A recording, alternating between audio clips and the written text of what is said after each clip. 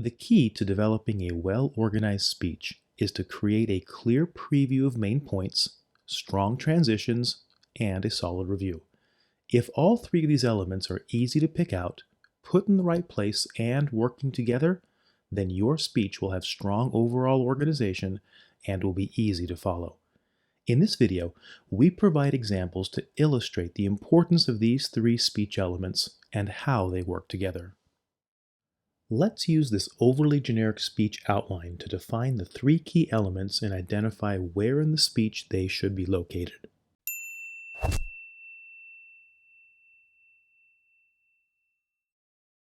The preview of main points comes toward the end of the introduction and tells your audience what main points you will cover in the speech.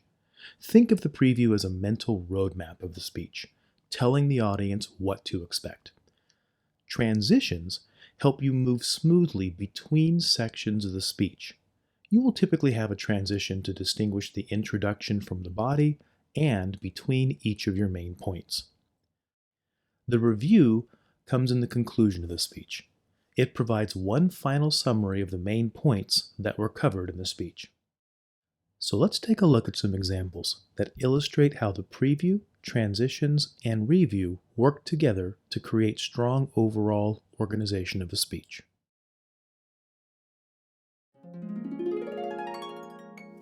So today I want to talk about three things. Bedbugs themselves and the way they behave, some of their characteristics.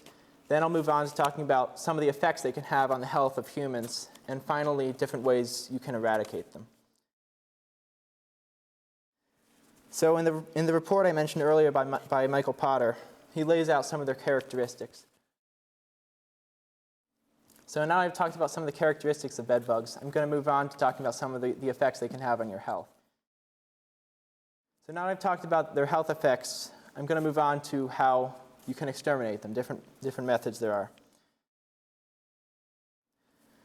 So to recap, I talked about bedbugs themselves and some of their characteristics. I then talked about their health effects, and finally, different ways you can exterminate them.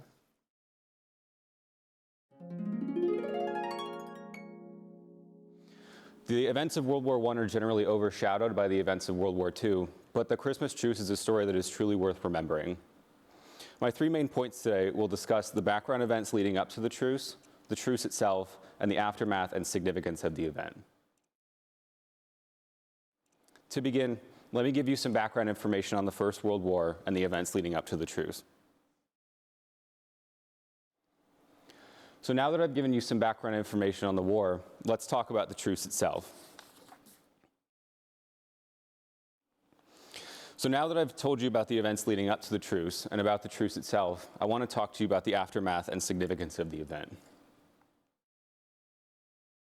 I hope that you've learned more about the events leading up to the Christmas truce, the truce itself, and the significance of the event.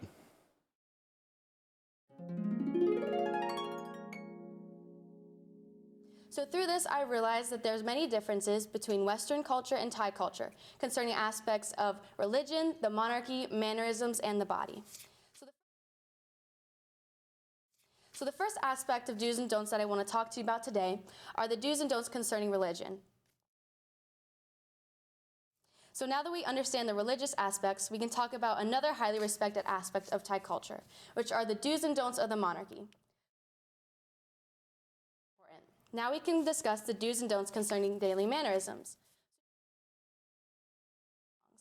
So the final aspect of do's and don'ts that I want to talk to you about today, which are probably the most important, are the do's and don'ts concerning the body.